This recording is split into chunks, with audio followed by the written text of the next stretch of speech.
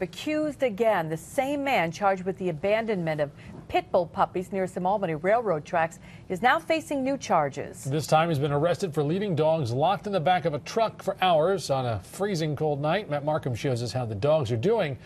This is a better picture of the man accused of neglecting them. If you could tell how a dog felt just by looking at him, the sad-looking face on this pit bull may say it. In the temperatures that we've seen the last few nights, out in a truck with no heat, he certainly could have died from the cold, and he was probably going to starve pretty soon. Locked in a U-Haul truck for hours at a motel in Colonie with 3 other dogs, police say Anthony Walker left them there. Walker's the same man connected to the abandonment of 3 pit bull puppies near railroad tracks in Albany.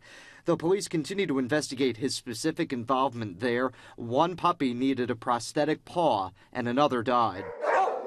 Some of these dogs showing signs of scarring and hunger came close.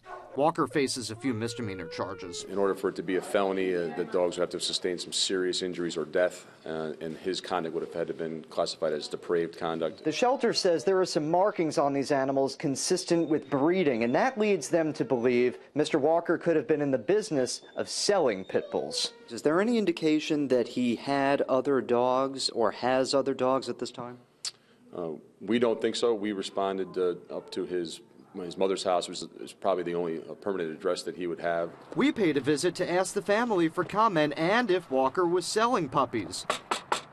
But nobody came to the door. People we see who commit cruelty to animals often do it again. It's got a high rate of recidivism if there are no consequences. Walker will appear in Colonie Town Court on Wednesday. Matt Markham, CBS 6 News.